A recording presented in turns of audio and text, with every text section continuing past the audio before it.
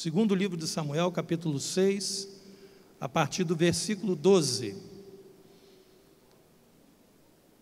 Então avisaram a Davi dizendo: o Senhor abençoou a casa de Obed-edom e tudo quanto tem, por amor da arca de Deus. Foi, pois, Davi com alegria e fez subir a arca de Deus da casa de Obed-edom à cidade de Davi. Sucedeu que, quando os que levavam a arca do Senhor tinham dado 6 passos, sacrificava ele bois e carneiros cevados. Davi dançava com todas as suas forças diante do Senhor e estava cingido de uma estola sacerdotal de linho. Assim também Davi, com todo Israel, fez subir a arca do Senhor com júbilo e ao som de trombetas. Ao entrar a arca do Senhor na cidade de Davi, Mical, filha de Saul, estava olhando pela janela e vendo o rei Davi, que ia saltando e dançando diante do Senhor, o desprezou no seu coração. Agora no versículo 20. Voltando Davi para abençoar a sua casa, Mical, filha de Saul, saiu ao encontrar-se com ele e lhe disse: que bela figura fez o rei de Israel, descobrindo-se hoje aos olhos das servas e de seus servos, como um sem-pejo se descobre um vadio qualquer. Disse, porém, Davi a Mical: perante o Senhor, que me escolheu a mim antes do que a teu pai e a toda a tua casa, mandando-me que fosse chefe sobre o povo do Senhor, sobre Israel, perante o Senhor me tenho alegrado. Ainda mais desprezível me farei e me humilharei aos meus olhos. Quanto às servas de quem falaste, delas serei honrado. Mical, filha de Saul, não teve filhos até o dia da sua morte. Senhor nosso Deus, que a tua palavra nessa noite nos contemple, porque cada um traz uma necessidade, cada um traz uma luta, cada um traz, ó Deus, um problema que quer colocar diante do altar de Deus. E essas coisas, Pai, às vezes tiram a nossa alegria. Que nessa noite, essa alegria seja restaurada no coração de cada um que vai ter a oportunidade de ouvir a palavra de Deus.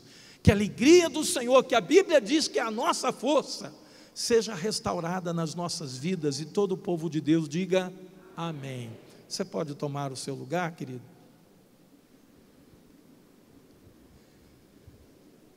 Todos os dias nós temos que tomar cuidado com o ladrão. A Bíblia diz que o nosso inimigo, ele é ladrão, ele é mentiroso, ele é um enganador, ele é o príncipe das trevas. Ou seja, ele é aquele que não gosta de ver ninguém alegre com Deus. Se você se alegrar com o pecado, Satanás não vai te incomodar. Mas se você se alegrar em Deus e com Deus, o inimigo vai sempre usar alguém para tentar tirar você dessa alegria. Como estava Davi aqui, o texto diz que Davi se alegrou. No versículo 12 que a gente leu, diz assim: pois Davi com alegria fez subir a arca de Deus da casa de Obed-edom à cidade de Davi. Ou seja, Davi estava numa alegria que ele não cabia dentro dele, porque pela primeira vez a arca sairia de uma tenda e entraria na cidade onde eles moravam. O significado, queridos, dessa tirada, dessa saída da arca da tenda e para ir para dentro da cidade, perto das pessoas, é como se Deus estivesse indo para mais perto de Davi e do povo de Israel. Então ele não tinha onde se alegrar mais do que isso. Andavam 6 passos, e 6 passos ele sacrificava bois e sacrificava cordeiros cevados. Por quê? Porque a alegria que ele tinha, ele queria transbordar isso, dizendo: Deus, obrigado, Deus, obrigado, Deus, obrigado. E há momentos na nossa vida que a gente recebe boas notícias, e a gente fica assim, alegre com Deus. Há momentos em que você recebe uma notícia boa, até que você não esperava, e você diz: meu Deus, obrigado, porque tu me surpreende além da minha capacidade de poder imaginar aquilo que tu fazes na minha vida. Mas também tem momentos em que a gente recebe notícias ruins, notícias que vêm para tirar a nossa alegria. E não só notícias, mas pessoas que se deixam usar pelo inimigo.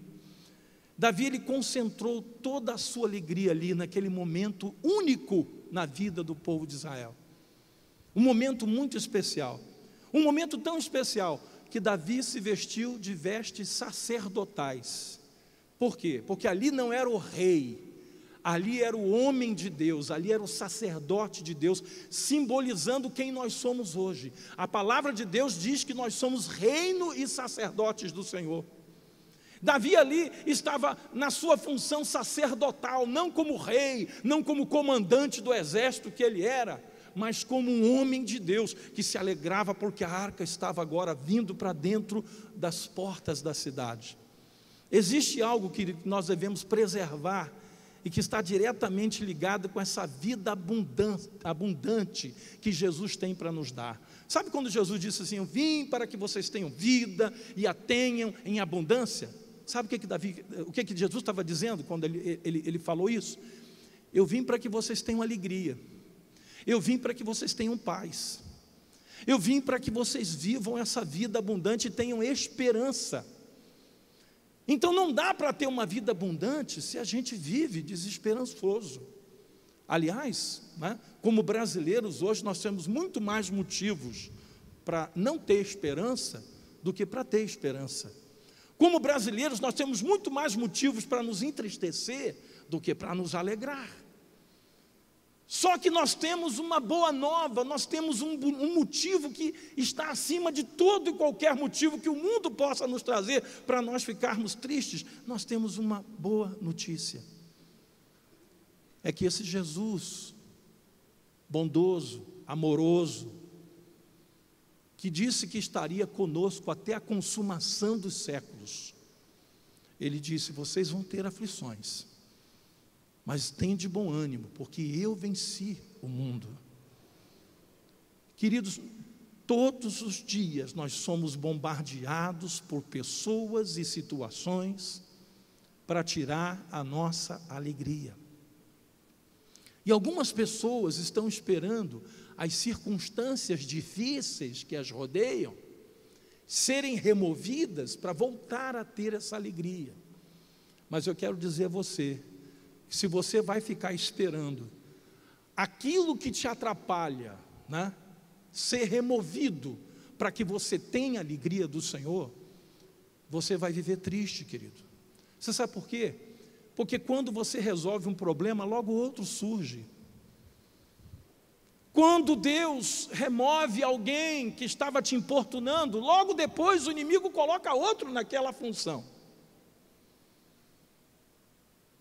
E assim o mundo vai seguindo naquilo que Jesus falou: no mundo vocês terão aflições. Mas nós não podemos entender e aceitar que nós vamos viver debaixo dessas aflições sem esse bom ânimo que o Senhor Jesus disse que nós devemos ter. Se Ele mandou a gente ter bom ânimo, é porque tem como ter bom ânimo. Você imagina Jesus dando uma ordem impossível, né? Ó, tende bom ânimo, mas vocês não terão condições de ter bom ânimo. Jesus não é incongruente. Jesus não manda fazer alguma coisa que você não pode fazer. Se Ele disse tem de bom ânimo, é porque tem jeito para ter bom ânimo, tem saída para o bom ânimo. Mas todos os dias nós somos bombardeados por coisas que nos tiram o ânimo. Nós precisamos, queridos, aprender como homens de Deus, como o profeta Abacuque, que tomou uma decisão. O profeta Abacuque, nos seus dias, Israel não estava bem não, irmãos. Israel estava mal, estava vivendo um período difícil, semelhante ao que nós estamos vivendo hoje. A gente olha para lá, não vê saída, olha para cá, não vê saída, e a gente acha que não tem saída. Mas ele disse o seguinte: ainda que a figueira não floresça, ainda que não haja fruto na vide, o produto da oliveira minta, os campos não produzam mantimento, e as ovelhas sejam arrebatadas dos apriscos, e nos currais não haja gado. Olha que cenário, irmão, pensa aí. Não tem oliveira, não tem figueira, não tem produto da terra, não tem ovelha no aprisco, não tem gado no curral, irmão, a coisa está feia, hein? A coisa para ficar assim fica feia. Mas ele disse: todavia, eu me alegro no Senhor. Ou seja, a alegria de Abacuque não estava na oliveira, na figueira, nas ovelhas, nos bois, ou no fruto da terra de um modo geral. A alegria de Abacuque é saber que ele tinha uma comunhão íntima com Deus. Às vezes a gente não entende determinadas coisas. A gente olha para a vida de alguém e diz assim: fulano tem todos os ingredientes para ser uma pessoa triste. E, no entanto, ele não é uma pessoa triste. A gente pode ver a alegria do Senhor transbordando no olhar, na face, nas palavras de algumas pessoas que você, julgando de fora para dentro, você diria assim: fulano tem todos os ingredientes para ser uma pessoa triste. Ao passo que você olha para outras pessoas que você diz assim: meu Deus, tem saúde, tem os filhos saudáveis, tem uma boa família, tem um emprego bom, tem um salário bom, tem, sabe, a coisa está caminhando. E, no entanto, há pessoas que, tendo tudo isso, não são alegres, são tristes, vivem tomando remédio para controlar a sua tristeza, que se transforma constantemente numa depressão. Então nós começamos a perceber que Abacuque, ele tomou uma decisão: eu não quero saber o que vai estar acontecendo nesse mundo, eu quero saber que eu vou olhar para o meu Deus, e Ele será. Todavia eu me alegro no Senhor, exulto no Deus da minha salvação. Irmãos, olha, isso é uma palavra para nós hoje, sabe? Isso é uma palavra para quem está vivendo esses dias que nós estamos vivendo. A igreja hoje vive esses dias difíceis. Muitas pessoas que talvez pudessem ou quisessem estar hoje aqui, talvez moram em lugares que não têm condição de sair à noite. Vivemos dias que a Bíblia diz: os últimos tempos serão de dias muito difíceis. Esses dias chegaram. Mas, no entanto, queridos, por quem viveremos? Em quem creremos? Como andaremos? Todos os dias notícia ruim. Quer assistir notícia ruim? Liga a televisão e assiste o noticiário. Morreu, destruiu, acabou, roubou, explodiu. E aí você fala assim: meu Deus, não dá para dar uma notícia boa? Será que não está acontecendo nada de bom? Irmãos, no mundo, não. Mas em Cristo, todas as coisas são novas, são boas. As notícias são alviçareiras. A casa de Deus é um lugar quando nós nos reunimos. Quando eu estava preparando essa palavra, eu disse: Senhor, hoje vai ter um grupo de pessoas lá, eu não sei quem vai estar lá, mas tu sabe cada um que vai estar lá antecipadamente. Então eu vou te fazer um pedido: se alguém hoje, nesse culto da noite, entrar na tua casa, triste, abatido, cansado, sobrecarregado, preocupado, angustiado, que não saia do culto dessa maneira, que seja renovado na presença do Senhor, que possa voltar para casa e fazer da quinta-feira amanhã um dia novo, fazer da quinta-feira um dia de esperança. Porque, queridos, uma pessoa que não tem esperança perdeu tudo. Nós temos que nos proteger, queridos, de uma síndrome da unanimidade da maioria. Você sabe que tem muita gente triste porque quando ele percebe que ele não tem a maioria apoiando ele, né? Ou se não tem a unanimidade, ele fica para baixo. Tem muito crente que ainda não entendeu que nós não podemos viver por maioria nem por unanimidade. Primeiro que unanimidade, né, nunca vai existir. Unanimidade nem Jesus teve. Mas às vezes, querido, nós queremos pelo menos que seja a maioria. Às vezes dentro da sua casa você diz: Senhor, se pelo menos aqui em casa com 6 pessoas, com 5 pessoas, pelo menos umas 3 confiassem em Ti, obedecesse a Tua palavra, entendesse como eu entendo a Tua palavra, eu já estava satisfeito. Mas muitas vezes você está sozinho. Muitas vezes no meio de 6 você é sozinho, ou 1 mais 1, 2. E aí você vive triste, por quê? Porque dentro da sua casa você não tem maioria e nem muito menos unanimidade. Só que a palavra de Deus nos diz que seriam poucos os que vão acertar com a porta, com o caminho, porque estreita é a porta, apertado o caminho que conduz à vida, e são poucos os que acertam com ela. Então, queridos, nós temos que ser curados, em primeiro lugar, dessa síndrome de maioria e de unanimidade. Nós não seremos maioria e não teremos unanimidade. Até porque, no meio dessa maioria e dessa unanimidade, às vezes só uma parte verdadeiramente obedece e crê no Senhor Jesus. Hoje aqui, por exemplo, no nosso município, nós temos uma quantidade enorme de pessoas que professam serem evangélicas, crentes. Mas, no entanto, não é incomum você ver pessoas que, mesmo professando crerem em Jesus, o testemunho dela é péssimo.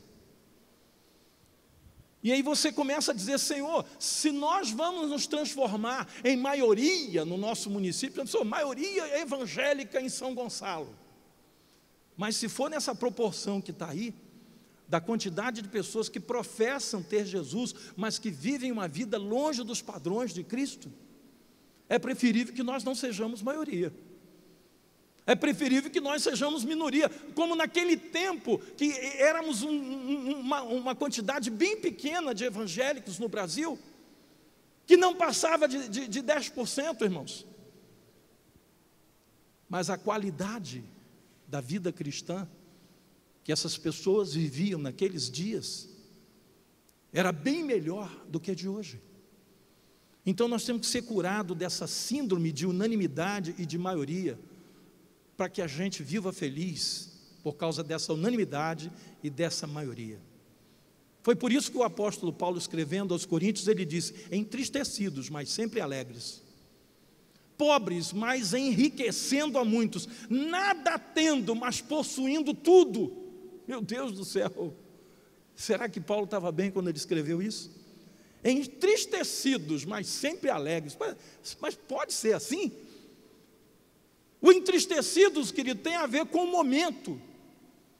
Ninguém recebe uma notícia ruim, de perda de um ente querido, de um laudo médico, de um diagnóstico médico, a respeito de uma enfermidade grave.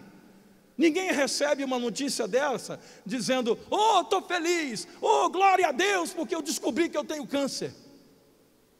É louco. Ninguém pode dizer: glória a Deus, meu filho morreu. Por isso Paulo diz: entristecidos. Sim, momentos de notícias, de tristezas vão passar na nossa vida, mas sempre alegres. Meu Deus, que alegria é essa? É a alegria de saber que essas coisas vão passar, que a tristeza, a luta, a angústia que você passa hoje, a notícia ruim que você recebeu hoje, ou ontem, ou semana passada, é uma notícia que tem a ver com a nossa vida temporal nessa terra. Mas a alegria da qual o apóstolo Paulo está nos falando nesse texto, aos Coríntios, é uma alegria que tem a ver com a nossa eternidade com Deus. Entristecidos, mas alegres por saber que nós temos uma promessa da parte do nosso Deus, que um dia não haverá mais tristeza, nem pranto, nem luto, nem dor, porque as primeiras coisas já passaram. Você sabe o que está acontecendo hoje, queridos? Eu quero chamar a sua atenção para isso. O inimigo tem tirado das pessoas a capacidade de olhar para a eternidade. Nós estamos virando crentes que só olham para o momento, para o agora, para o aqui. Se você olhar só para o aqui, para o agora, para o momento, você vai viver triste. Mas quando você vive o momento com um olhar lançado na eternidade, aí você entende o que Paulo disse: entristecidos, mas sempre alegres, nada tendo, mas possuindo tudo. E esse possuir tudo não tem a ver com coisas materiais, mas tem a ver com a presença de Deus, que é a riqueza, o tesouro que a gente tem em nossas vidas. Nada possuindo, mas enriquecendo a muitos.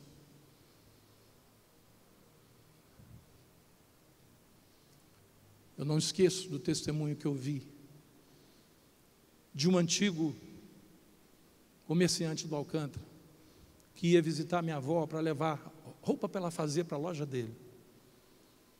Minha avó não tinha nada. Uma costureira pobre. E ele deixava a roupa lá e depois voltava para pegar. Mas ele chegou a falar com pessoas da família: eu não entendo. Às vezes eu tenho vergonha de dizer que eu sou crente quando eu olho para essa senhora. Porque eu tenho um bom carro, uma boa casa, eu vivo bem, eu tenho recurso financeiro. E eu vivo atarantado, eu vivo triste, eu vivo com problema, eu vivo angustiado. Aí eu chego lá na casa dessa senhora e percebo que ela não tem nada do que eu tenho. Mas aquele sorriso na face dela me faz pensar se verdadeiramente quem é rico e quem é pobre. Por isso que a palavra de Deus diz que a alegria do Senhor é a nossa força. E é mesmo. Quando você tem a alegria de Deus no teu coração, você é forte. Quando você tem a alegria de Deus, você ultrapassa a barreira. Quando você tem a alegria de Deus, você olha além do problema. E eu vejo, queridos, que hoje o povo de Deus está perdendo a capacidade de olhar além. Nós cantamos um hino que diz: leva-me além, a um nível mais profundo de intimidade contigo. Enquanto nós ficarmos olhando somente para as coisas que estão perto de nós e que são materiais e que são temporais, nós nunca vamos olhar além. Para a gente olhar além, a gente tem que realmente desviar o nosso olhar dessas coisas que nos preocupam todos os dias e colocar o nosso olhar naquele que projetou as nossas vidas na eternidade. Jesus, quando ele estava na cruz, ele não estava vivendo apenas aquele momento, mas ele olhava para a eternidade. Ele via a mim, a você e cada alma que ele estaria conquistando com aquele sacrifício. Por isso ele disse: ninguém toma a minha vida. Se alguém aqui está pensando que está tomando a minha vida, tirando a minha vida, está redondamente enganado, porque eu voluntariamente a dou.